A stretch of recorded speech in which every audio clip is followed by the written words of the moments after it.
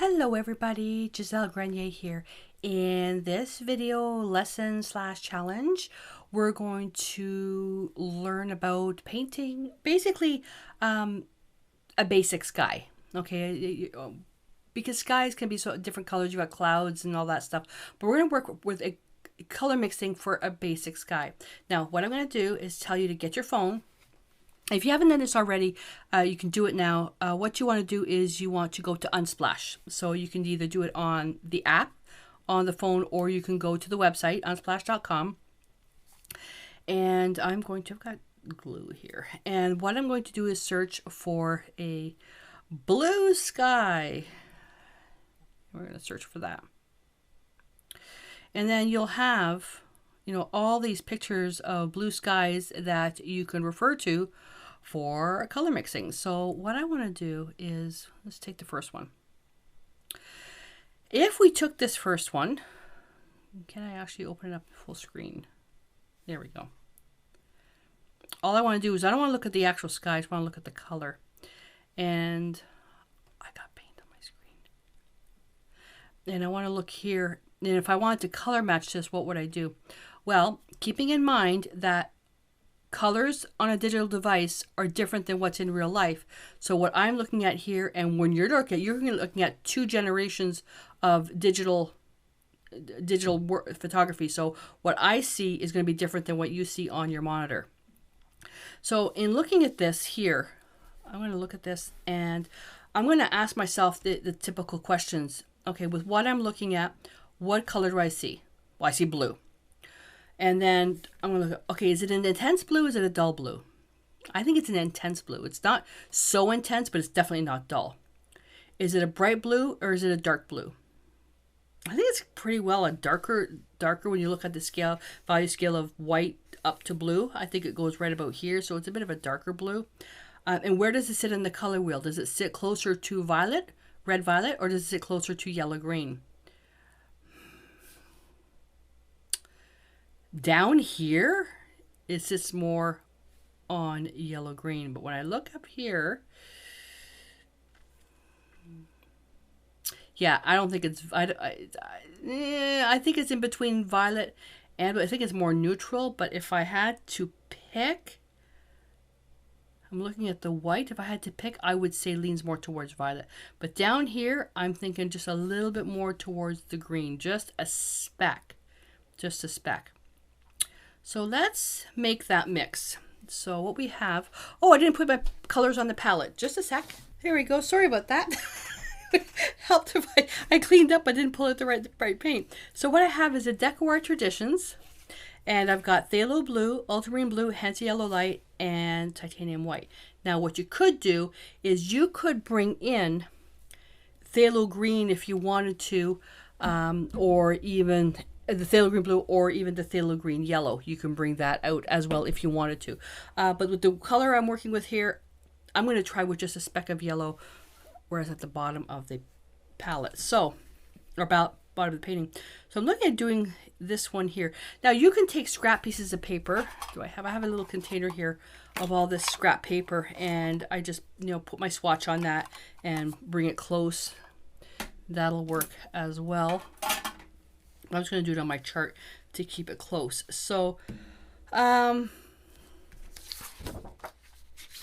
so this is going to be your challenge. You're going to find a photo that you really like. And what you're going to do, it's a two-part challenge. You're going to create a mixing swatch. You're going to show your work and show how you came up with the colors for your painting. And then you're going to create a very rough abstract painting of the sky. Okay, you don't need to worry about all this green. You can if you want. You don't have to worry about the clouds, but you can if you want. I want to see more of just the actual blue of the sky. So you can turn around and pick even this one here. This is a nice one here. That one, or even that one. That one's nice. You don't need to worry about the clouds. You just want to get the sky. This was actually really, really nice. I know exactly what color I would use for that. But I'm going to pick this one here. All right. So I'm going to look. So the color I see is blue, obviously going to be blue. Where does it lean in the color wheel? I'm thinking it leans a little bit more towards violet, but not all the way, because down here I think it leans a little bit more towards the green. And it may be the reflection of the grass that's in the sky. I don't know. So I'm going to start off with the blue. And right off the bat, I'm thinking the blue.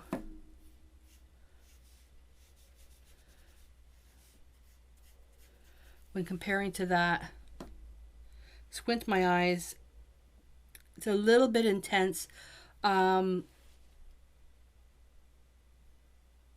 my eyes. It's also a little bit dark. So I'm going to add a little bit of ultramarine blue into that, which will help dull it a little bit.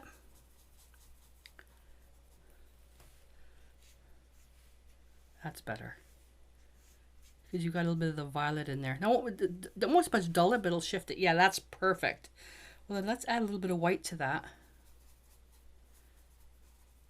And the white I'm adding to see the underlying color, but I can also look at matching it towards, you know, around where the clouds are. Yeah, that's actually not bad. I've got a protector on my screen, so I can just, you know, do that. Ooh, not even close. Not even close. That's why swatches are really good. So I would turn around and just basically go back to a little bit more phthalo blue. And come in. A little bit dark. Up here. Yeah. Up here it's actually not bad. But down here it's a little bit dark. So I would just then play with the white. So the mix for this that I came up with is more phthalo blue with a little bit of ultramarine blue. So that's the mix I ended up with. Phthalo blue with more phthalo blue with a little bit of ultramarine blue. So that's the mix. Okay. Then obviously if I wanted to play with the clouds, white with add a little bit of the blue. Okay. Play with those. That might be something that's closer down to here. Down to here. This is more white with a duller blue. But this is about the sky, not the clouds. But if I go down here with the sky color down here, this is more green. Because if I even take this color here and look at it here, not even close. You know, this is not too bad, but it's more of the even more of the phthalo blue. So I can take that same mix that I have, add more phthalo blue to it, and then wipe the brush really, really well, blot it, then pick up white and go into with a dirty brush. Only because you don't see how powerful that is. It's still too much. I'm going to rinse my brush. I'm going to take white, then pick up a little bit of the blue. See? Still too much. It is so powerful. The phthalo blue is so powerful. Let's see if I can get just some dirty color out of my brush. No. There we go. That nope, that's too light.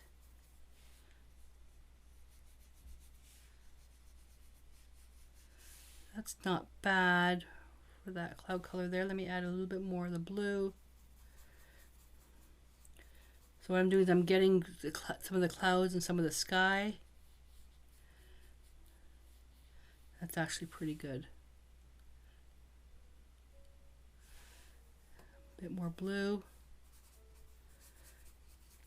Ideally, if you can take a picture and then make a copy of it and then add, put it under an acetate sheet.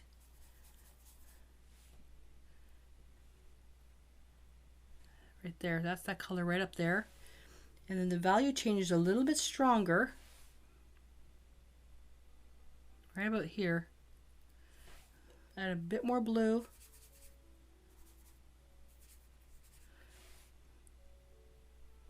There we go. Right in there. So I've got the range in there, and with this, clean my screen. If Joe saw me do this, I think he'd have my head on a platter. When doing this, again, if you could take a photograph and put it under an acetate sheet, that would be better. And oh my God, don't do this if you have a phone. I'm not taking responsibility. if you're doing this on your phone. I have a protective screen, so I'm okay, but I'm not taking any responsibility for that. So that's going to be your task. Is part one is to color match different areas of the sky, and then to actually create a painting of the sky. And all you basically would do with that is you can use the same page, or a different, or just something different. I would come in and just I want to take some phthalo blue with a little bit of white here, and I could just do something like this. And as I'm working down, it's got a little bit of ultramarine blue in there. Bring that down a little bit more, and it's getting lighter and lighter with the white. Bring that down a little bit more, a little bit more. And this really shows how you get the work. Now, as we get down to some areas, you can see a little bit more of the phthalo blue,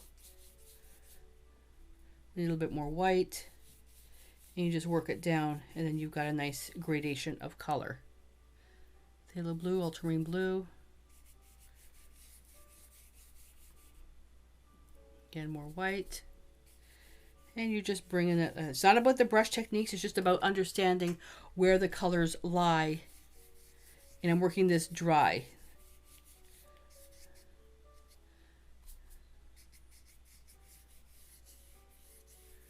There we go.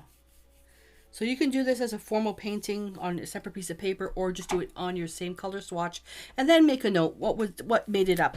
Well, I would start off, it was with phthalo blue, ultramarine blue, and then as I worked down, it was more, I would go plus phthalo blue, then working down plus titanium white.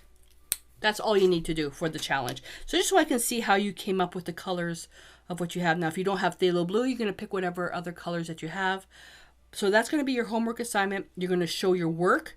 You're going to go to Unsplash, pick a photograph that's in there, and then you're going to take that photograph. You're going to color match certain areas of the sky, create your work, and then just take a big brush or to create an abstract painting either on the same chart or on a separate piece of paper. Just apply those colors and just create a gradation for the sky. You don't need to do anything fancy. I just want to see how you took those pieces and then created it's like a painting study out of it. Okay.